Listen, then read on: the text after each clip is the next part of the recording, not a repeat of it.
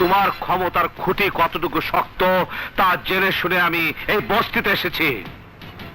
আমি জানি তোমার খুঁটি ধরে টানাটানি করে আমার মতো অনেক অফিসার ট্রান্সফার হয়েছে বান্দরবন কিংবা পরপারে। তোমার এই আঁচলের চাবির গোছার সাথে গিট্টু দিয়ে অনেক শক্তি অনেক ক্ষমতা আটকে রেখেছো তা আমি ভালো করে জানি। কিন্তু আজ আমি তোমার এই ক্ষমতার গিট্টু কুচি কুচি করে কেটে ফেলবো। তুই কয় বান্ডিল হাড্ডি খাবি? 50,000, 1 লাখ, 2 লাখ? কিন্তু আমি কোন ছোট কুত্তারে হাড্ডি খাওয়াই না।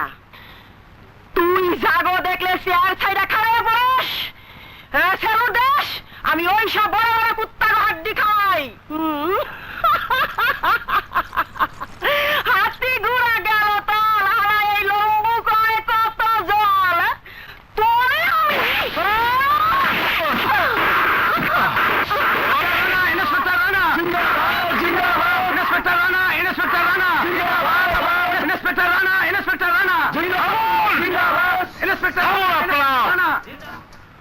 ইতিহাস ভুলে যান। এখন থেকে নতুন ইতিহাস লেখা হবে। শুনুন, মানুষ আর বলবে না পুলিশ সন্ত্রাসীদেরকে অ্যারেস্ট করে ঘুষ খেয়ে ছেড়ে দেয়। এখন থেকে পুলিশ সত্যিকারের সন্ত্রাসীদের স্পটে বিচার করবে, যেমন করেছি আমি। তা না হলে বাংলাদেশ থেকে সন্ত্রাসীদের তাণ্ডব বন্ধ হবে না।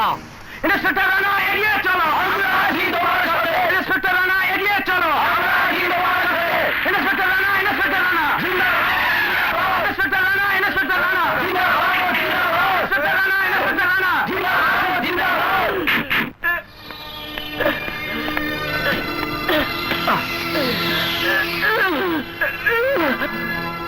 এর এই অবস্থা কেন? স্যার, সব তদন্ত করতে গিয়ে যতটুকু জেনেছি, এরা চাঁদাবাজি টাকা ভাগাভাগি করতে গিয়ে নিজেদের এই অবস্থা করেছে। পাবলিক ভাইরা স্যারকে বলুন। হ্যাঁ হ্যাঁ, ঠিকই বলেছে। Akram, yes sir, take action. Okay sir.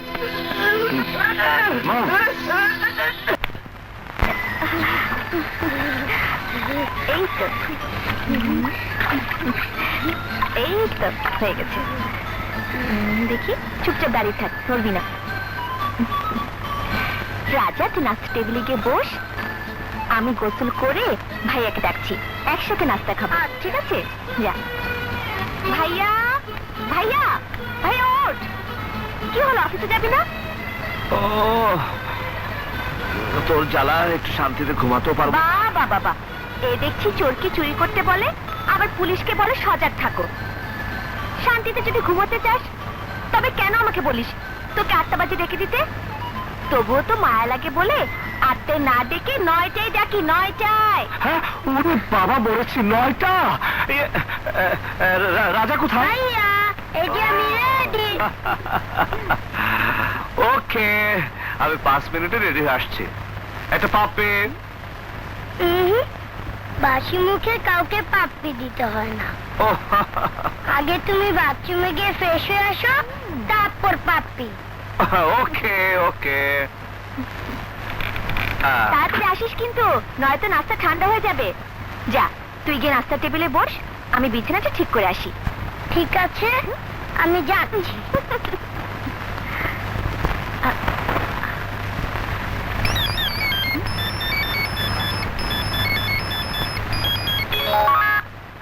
Hello ভাইয়া, তোর ফোন। নিশ্চয় বস ফোন করেছে, বলে দে আমি আধা ঘন্টার মধ্যে আসছি। ঠিক আছে।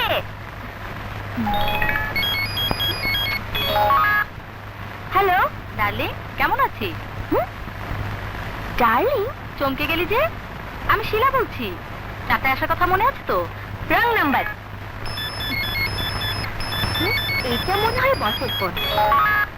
হ্যালো, আমি আশা বলছি।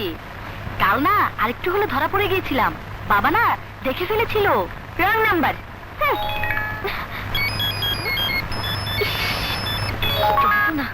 কাল আশুলিয়া যাওয়ার কথা মনে আছে তো? কে আপনি? বাবা বাবা, আমাকে চিনতে পারছিস না? আমি জলি। Wrong number. বসকে বলেছিস তো আমি আধা ঘন্টার মধ্যে আসছে? তোর বস ফোন করেনি। তাহলে কি করেছে? যার সাথে তোর কাল আশুলিয়া যাওয়ার কথা, সেই জলি ফোন করেছিল। জলি? জলিকে? ও, জলিকে তো তুমি চেনো না, তা আশাকে তো চেনো। কোথায় গিয়েছিল ওর সাথে? আর একটু হলে ওর বাবার কাছে ধরা পড়ে যেত। আশা? এই নাম শুনেছি বলে তো মনে পড়ছে না। ও, আশার নাম শোনোনি? আচ্ছা, এই নামটা শুনেছো কিনা একটু ভেবে দেখো তো। শিলা। শিলা ফোনে বলল, হ্যালো ডার্লিং। ডার্লিং? আমাকে বলবে? মায়া, তোর কি মাথা খারাপ হয়েছে? আমার মাথা খারাপ হয়নি। এত মেয়ের সাথে বন্ধুত্ব করলে 2 দিন পর তোর মাথা খারাপ হয়ে যাবে। আগে থেকে বল, পাবনায় তোর জন্য সিট বুক করে রাখি। হয়তো দেখ, আবার কোন লিলি ফোন করেছে। ওহ মায়া, কি সব যাতা বলছিস? হ্যালো, আপনি কে? আমি রানা। আপনি কে? আমি কাকুলি। সুমিকে ফোনটা দিন। কাকুলি? 4 নাম্বার। সুমিকে ফোন দেবো মানে? এই বাড়িতে সুমি বলে কেউ থাকে না। এইটা 011-861-5558 না? জি না, 011047026 রং নাম্বার। এটা কার ফোন? কার ফোন মানে? এটা তো তোর ফোন না? উপরে নাম লেখা সুমি। কি হলো ভাইয়া, সুমি কে? সুমি?